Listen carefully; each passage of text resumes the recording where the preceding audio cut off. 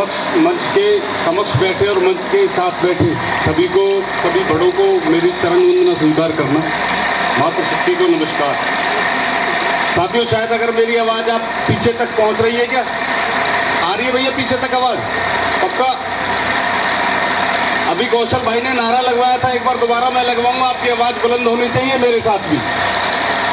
भारत माता की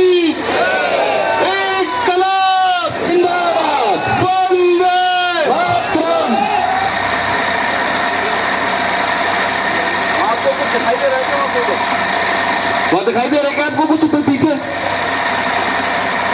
वहां पे मुझे कुछ दिखाई दे रहा है, कुछ अजीब सा नहीं दिख रहा। एक्चुअली मैं एक आपको उदाहरण देना चाह रहा था इसका, कि इसी तरह से हवाई चप्पल वाले को हवाई जहाज में बैठने का सपना दिखाने वाले ने आम लोगों को हवाई चप्पल खरीदने के लायक भी नहीं छोड़ा। महंगाई का स्तर इतना बढ़ गया है कि आम लोगों को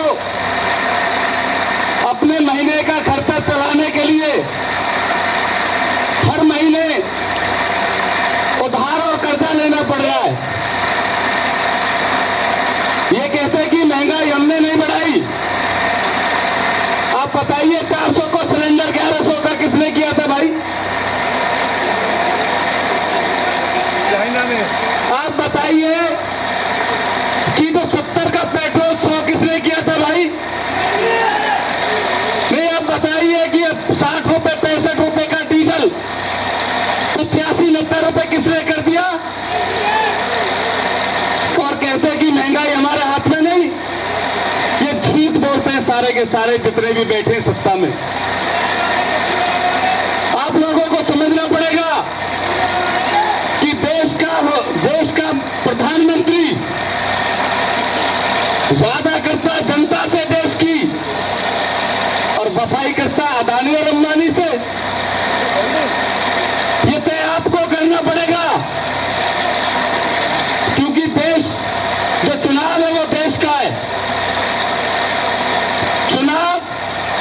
चुनाव में तय आपको करना पड़ेगा कि किस तरह की सरकार आपको चाहिए।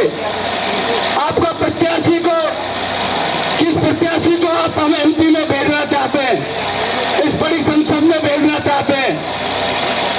आप समझ के देखिए इनका सारा खेल। मेरे बड़े भाई अभी थोड़ी देर पहले कह रहे थे कि करप्शन पाल है जो उसका हर जगह हिस्सा है। ये वो पीएम जो बैठे हैं वो बड़े झूठे हैं, और जो करप्शन पाल लिए ये थोड़े छोटे झूठे। 2014 में इन्होंने वादा किया था फरीदाबाद के क्षेत्र के लोगों से, पलवल क्षेत्र के लोगों से, कि मैं जदिया कर को हटवा के मानूंगा।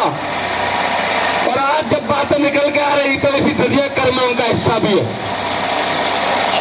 ना जाने कितने हॉस्पिटल, ना जाने कितनी इंडस्ट्री, उन सबके अंदर इनकी हिस्सेदारी तय है।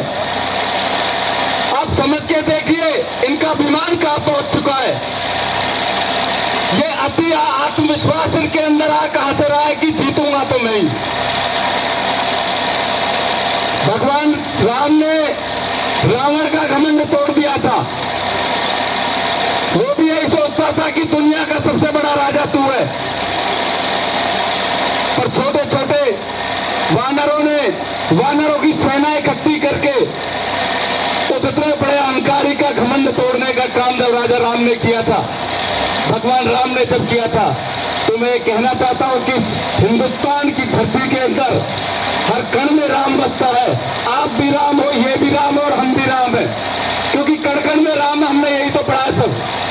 इस बार इस करप्शन पाल का घमंड आप लोगों ने तोड़ना है। ये तय करके जाना है यहां से कि इस बार, पिछली बार जितनी वोटों से ये जीते थे उतनी ही वोटों से ये इस बार हारने चाहिए।